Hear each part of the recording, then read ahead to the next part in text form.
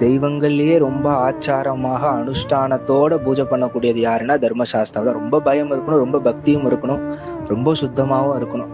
ஏன் அப்படின்னா, எப்படி தேவி ராஜராஜேஸ்வரி ஸ்ரீசக்கர பிந்து ஸ்தானத்துல பிரகாசிக்கிறாளோ, அதே மாதிரி தர்மசாஸ்தா சபரிமலை மேல ஸ்ரீசக்கர பீடத்துல தான் அங்க சுவாமி தபஸ் பண்ணிட்டு இருக்காராம்.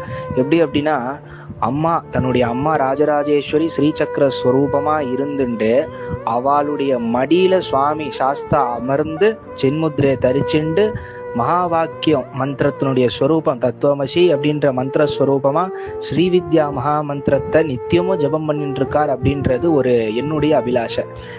ஏன் அப்படின்னா, சாதாரணவர் கிடையாது சாஸ்தா.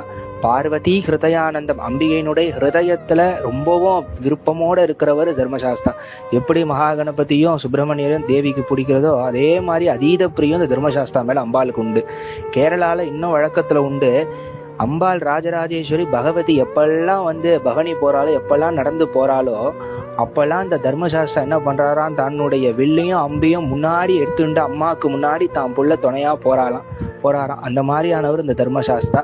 அதை காட்டுறதுதான் காஞ்சிபுரத்துக்கு காமாட்சிக்கு அப்படியே பின்புறம் பூரணா புஷ்கலா சமேதமா தர்மசாஸ்தா பிரகாசிக்கிறார்.